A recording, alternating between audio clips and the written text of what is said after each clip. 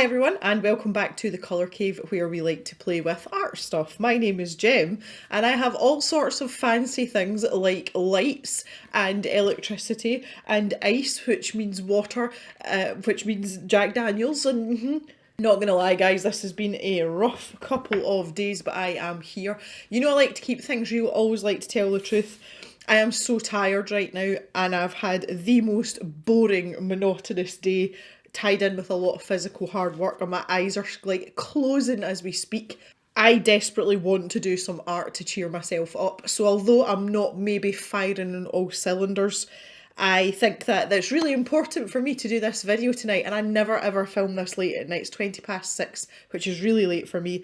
I've been up for like 13 hours. The point of that rambling is that I want everyone to know that even if you're not like 100%, it's still okay to art. It might not be your best work, but it's still okay to art. There's never not a time to art, as far as I'm concerned. So there's been a lot going on. As I said, I've been in darkness for a couple of days again, thanks to Storm Corey.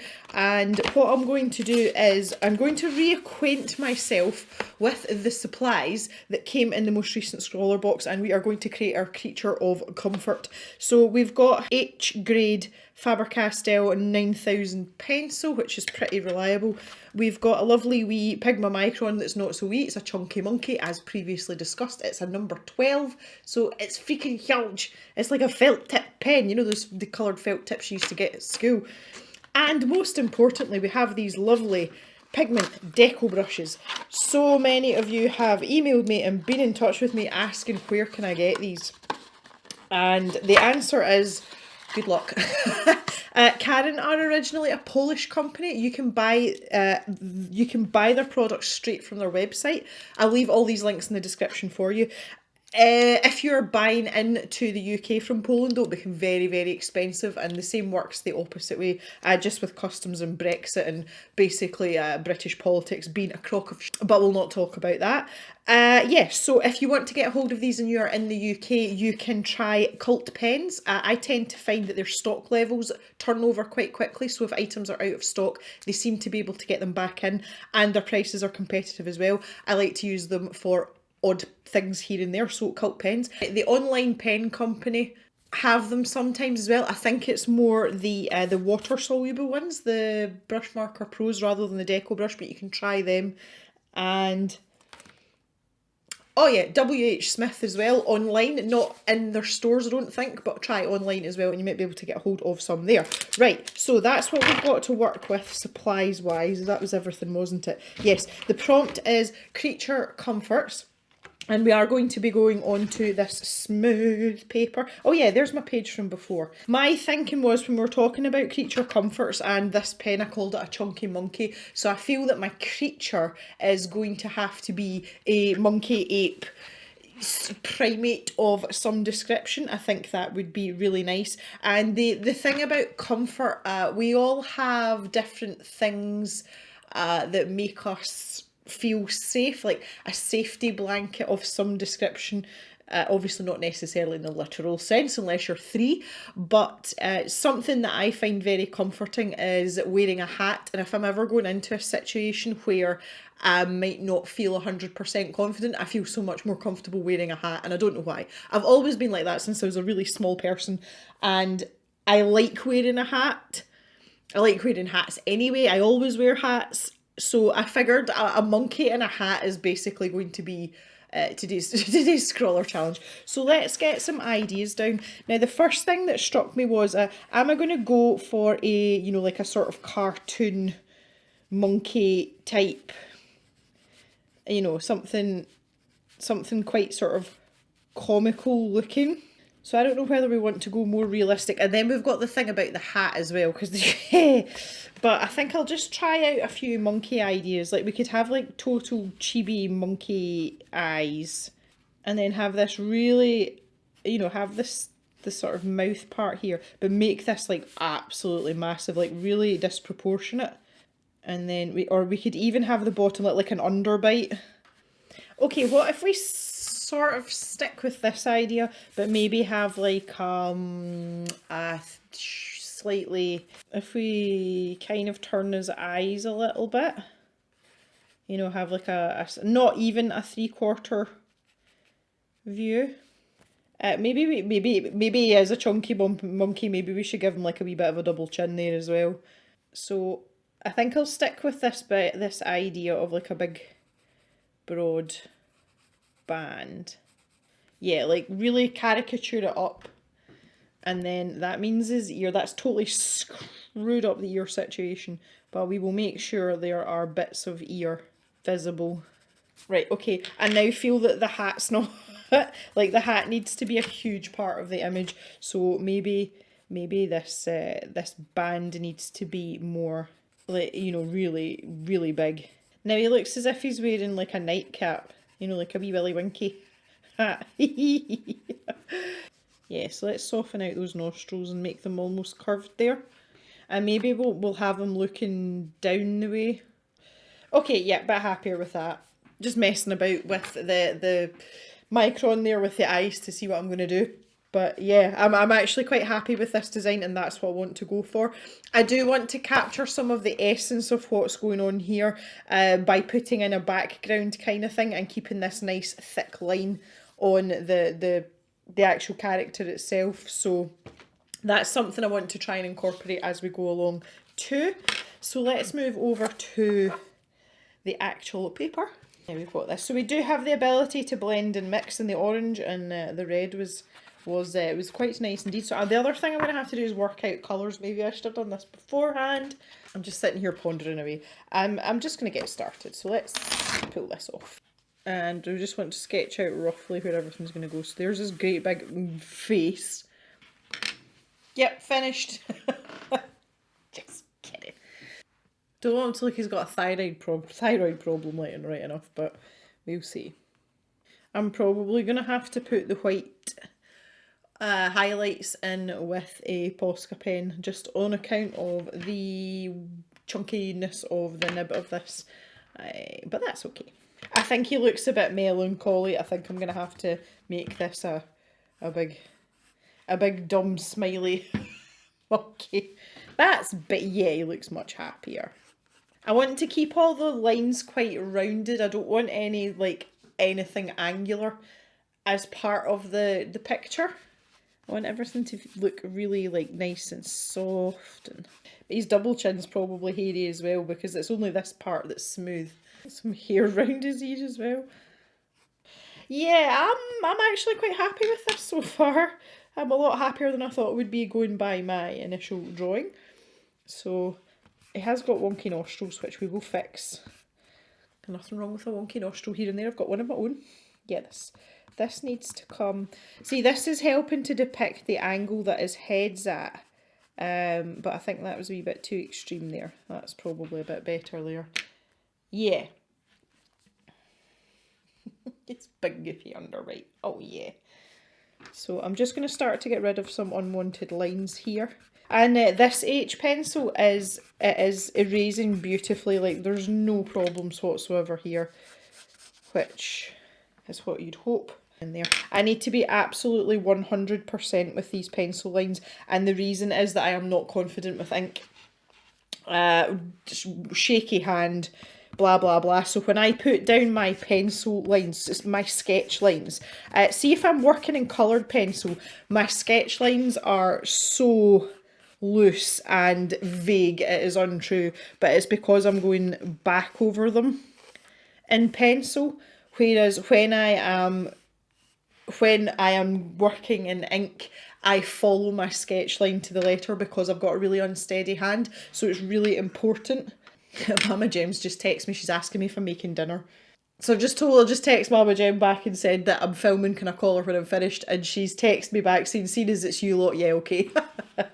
You gotta love a Mama Jem. I'm a bit concerned about this. This is quite like a big bare area here.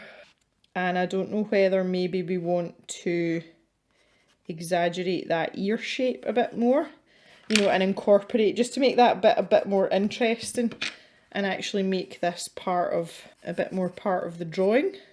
I don't think I'm going to run like a weave all the way through, but I might hint at it, you know, I might just put in a few little marks here and there to indicate that it may be knitted indeed. Some of you will know I like to freehand my straight lines as well. That's just a thing. I don't like using rulers if I can help it. That's just me. Okay, so it's the next day. Long story short, I had to stop to go and calve a cow, broke a couple of nails in the process, and before I knew where I was, it was midnight. So it's the following day. The upshot of that is I am in a significantly better and more motivated mood, and I've switched from Jack Daniels to tea. So it's time to get down to business with these Decobrush pens. I am going to put these in the stash shop after I'm finished with them. I think someone could make better use of them than me, and they're hella expensive. You can pop over to the website and go to the stash shop and pick these up if you're lucky enough to be quick enough. There are other goodies up to date as well for you to check out too. So I want to do a wee bit of experimenting here. I'm quite happy with my drawing, especially now. See that I've had time to go away from it and come back, I'm happy. But my curiosity's got the better of me a wee bit, and I'm just going to try something out here. I've got some acrylic paintbrushes here. Yeah, I just want to see what happens if we were to dilute out some of this, particularly the yellow, and I'm thinking about this for his nose and his mouth area, because they do say it's acrylic permanent ink. But it's water-based, so technically if it's water-based, we should be able to water it down. So I'm just going to see what happens here if I do that. So I've got a pipette here, and I've got some clean water, and I'm literally just going to put a couple of drops in. Right, there's 4. I was going to say there's 4, that was accidentally 5. Oh, interesting. We can build it up, look. Because it's permanent, when it dries, it's not going to move, so you can put a layer of it down on top of it. Oh, this is great. Okay, that's it. Oh no, my paint puck's floating about. Oh no, my paint puck's gone for a walk. Speaking of paint pucks, I'm trying to get some more back in stock because once again, they are out of stock. They're very, very popular. So yeah, bear with me on that one. I'll be trying to get some more in shortly. Okay, I'm satisfied that this is going to be helpful. So now what I want to do is get this sketch lightened up. So I'm going to start with this yellow colour, but my problem now is that's probably not going to be enough. Right, I'm going to work quite quickly here because I imagine once this dries, that's you're done. So I want to try and keep this quite even so far. So the idea here is I'm working in sections because I don't really know the properties of this as in how it's going to behave, because I've just figured this out. So if we work in sections, we're giving ourselves half a chance here. And a little of this seems to go a long way, which is really nice. So, yeah. And yeah, I suppose the inside of his ear might be this colour as well. Now, my other thing as well that I want to try, because I'm a curious creature like that, is can we mix a tiny bit of this with this to make a slightly more dulled down orange? Yes, we can.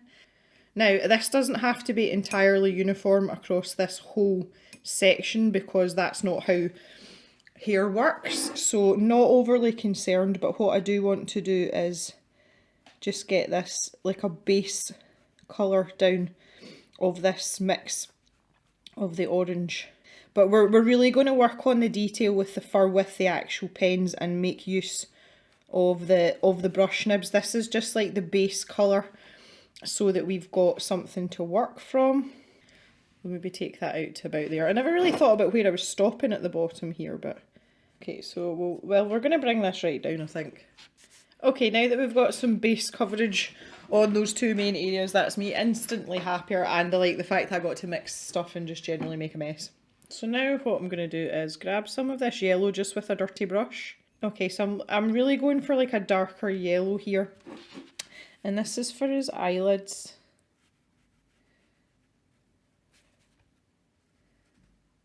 Okay, now so I'm going to start thinking about some work with these pens.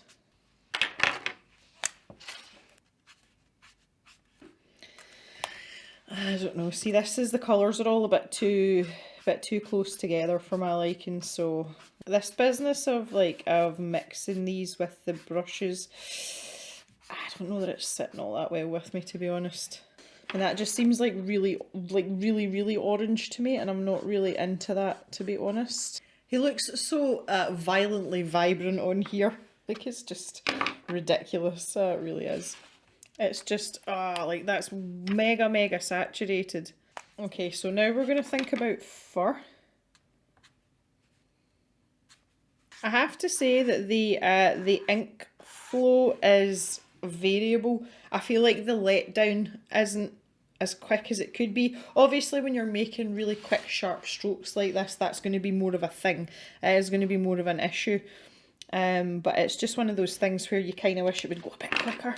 See, now this is what I was hoping would happen, that you would be able to see some of the brown underneath, you know, it would mix in and show through. That's exactly what I was hoping for, while this brown is still a bit on the wet side.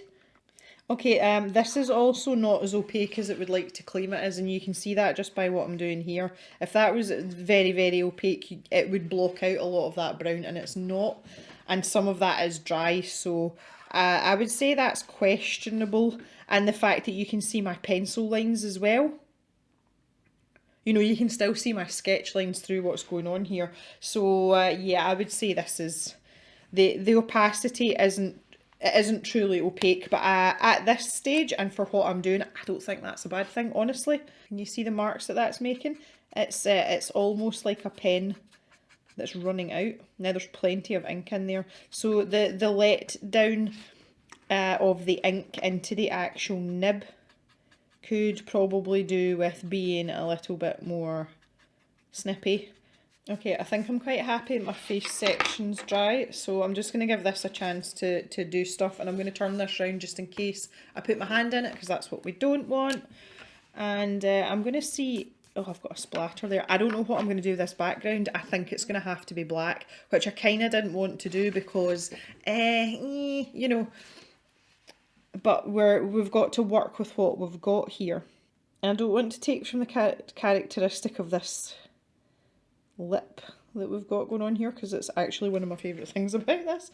Ink, especially line work, is very stressful for me because of the unpredictability of my hand. So I'm always a bit quiet and a bit nervous when I'm doing this, because all it takes is one involuntary twitch and it literally ruins everything for me. So forgive me for not being 100% on the ball here. That's a funny. So I'm going to just pop in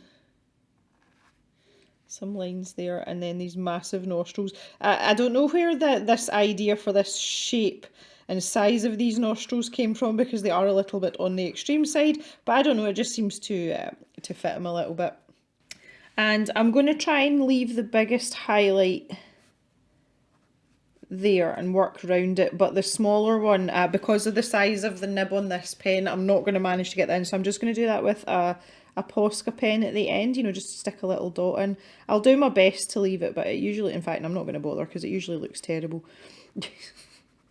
I don't know, we'll maybe do something with that. But while we're here, we'll just pop this line down here. See, that's easy because it's a straight line. I have no problem with that because it's a straight line. Oh boy.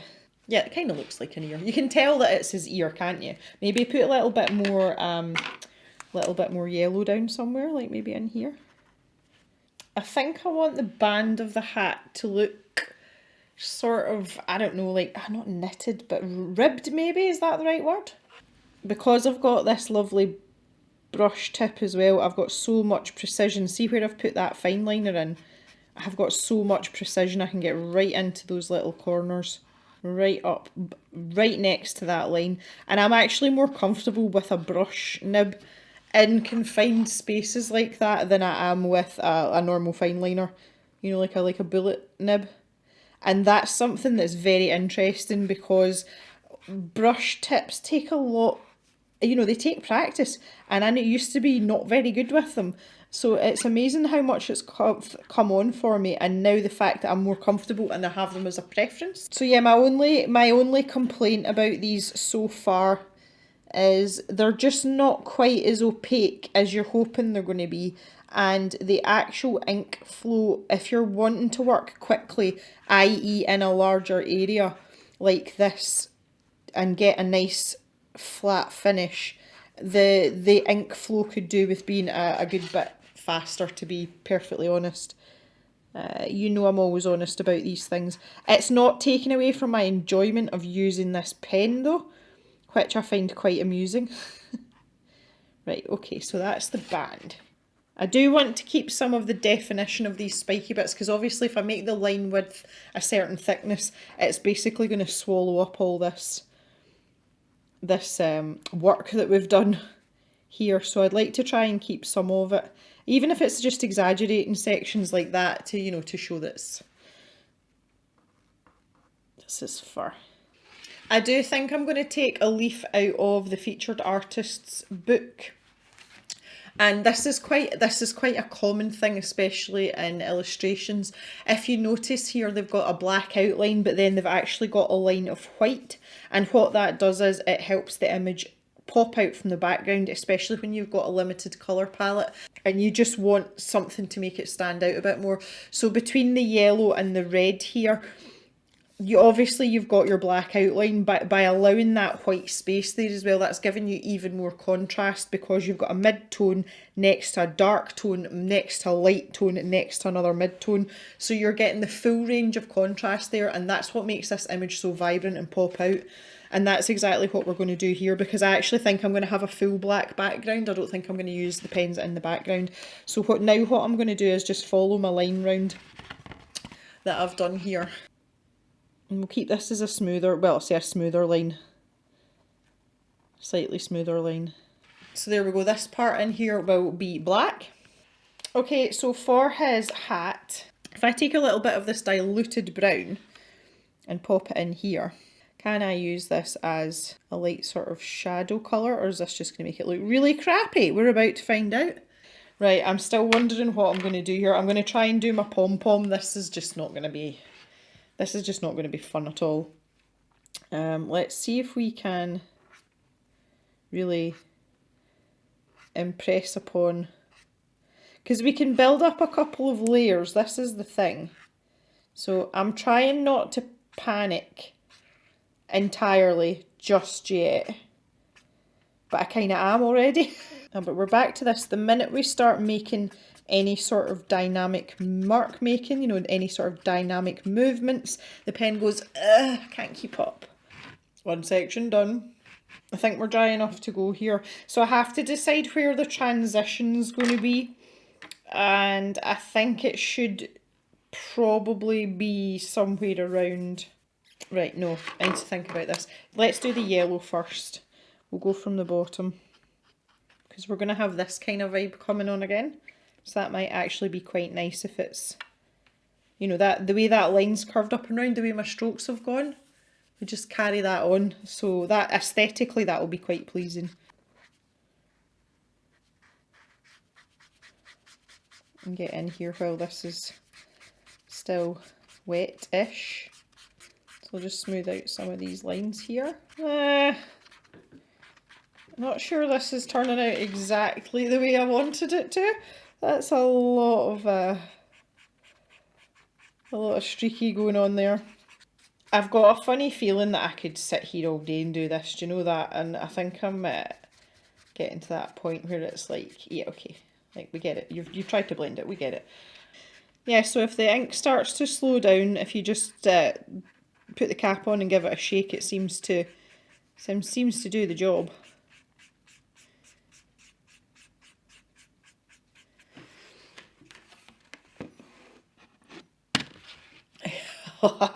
Right, okay, cool. I think it might be a lady. I'm kind of stuck for stuff to do now until things dry. Outline. I do find it, like, the irony is not lost on me that I prefer to draw straight lines freehand than use a ruler, but I struggle to outline things in ink. Like, I get that. I can see why that would be funny and ironic. It's just one of those things though, but it's something I've done right from the start. I put the expectation myself right at the beginning when I learned to draw that I was going to eyeball and freehand straight lines as much as possible and not be reliant on a ruler, because there would come a time one day where I needed to draw a straight line and there will be no ruler. And I don't know why if that, you know, it's like the apocalypse is coming. That's how I feel about rulers and straight lines. But it's just something I've always done. There was no particular reason for it other than it was just something I wanted to do. Yeah, looks alright. Okay, yeah, take it. I kind of want a little bit of movement here now on the hat as well. You know, I don't want this just to be like a clinically straight line. So maybe just adding that little irregular lining on that top part every now and then, that might help. This is one of the really nice things about having a super thick fine liner. So basically all I've got to worry about now is, worry makes it, yeah, I don't know whether to put in some sort of texture on the hat or not. I don't want to ruin it, but you know me, I'm going to do it anyway. I think what I want to do is just like make it look almost like a knit. Just by adding in like these little, like almost like little kisses. And then when I come into this part here, I'm going to use the orange for the kisses. And the next thing I'm going to do is put a little bit of this in our pom-pom. Not that it's making much difference, but it's giving a bit of dimension. Okay, yeah. He actually looks as if he's got his nightcap on as opposed to like a cosy hat. But do you know what? I'm kind of okay with that. I'm kind of okay with that. I say I'm leaning very heavily on the featured artist for inspiration here. For those of you that this is your first scroller unboxing of mine, this is not something that I normally do, but I was just really feeling the love with the featured artist. So I am aware that I've lent quite heavily on their take on the prompt, and I'm absolutely comfortable with that. For once in my life, I'm comfortable with what I've done. Okay, just as a finishing touch, and I know this is kind of cheating, but I don't really care. I've got a little white Posca pen here, which is something I use all the time. And this is the 1MR, so it's a weeny nib. I do sell these in the stash shop as well, so if you're looking for something like this, you can head over there and they are for sale. These are new items, they're not used ones, so they will have a little bit of life in them. It's functioning properly. So the first thing I want to do is put in that secondary highlight. Make our little monkey friend look super cute, because that's what she is. And then I want to add in a few lines here on this pom-pom. All that's left for me to do is sign this at the bottom, so I'm going to sign it down here in the black bit with my Posca pen.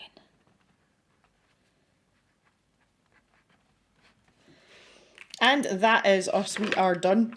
I've had incredibly good fun with this today, more so today than I did yesterday. I'm really pleased with the outcome, and as I said, I'm not at all bothered by the fact that I've lent very heavily on the idea by the featured artist. That's kind of what Scrawlrbox is for, if that's what you want to use it for. If you're a less experienced artist, or like me, if just you're really tired and your brain's not working, that's what it's there to do. It's there to get your creative juices flowing. And I think I've made a really good use of these supplies today as well, so I hope someone will find use for these in the stash shop. And overall, a really good box. I'm actually really happy with this box from Scrawlrbox. I feel like Scrawlrbox have upped their game again the last little while. They had a bit of a dodgy patch in the middle, and then there was a patch where they weren't doing so well with their shipping and that kind of thing. But I feel as if they've really pulled their socks up. I have been subscribing to Scrawlrbox since December of 2017, so I feel quite justified in my opinions of them, and they're really starting to get the hang of curating supplies that work well together, thinking about the colour palette, how that works together, and also not just pulling a prompt out of the middle of nowhere, actually thinking about the supplies and what might work with that prompt. So bravo once again, Scrawlrbox, thank you for an excellent box. I have enjoyed myself, considering I wasn't really feeling the love for anything. This is exactly why I do art and why I started the channel, because I feel a million times better. I've created something that's I like to think that would invoke some sort of reaction from people, more like an oh. So it's made me really happy, and it's now going to allow me to trudge on with the rest of my week with a little bit more of a spring in my step. So that is it for today, guys. Thank you so much for watching. I hope you've enjoyed coming and hanging out and seeing what I'm doing here. All comments welcome as always, so get yourself down underneath the video, let me know what you think about the supplies, and I will see you back in the cave on Thursday for another video. So have a great day everyone, and bye bye for now.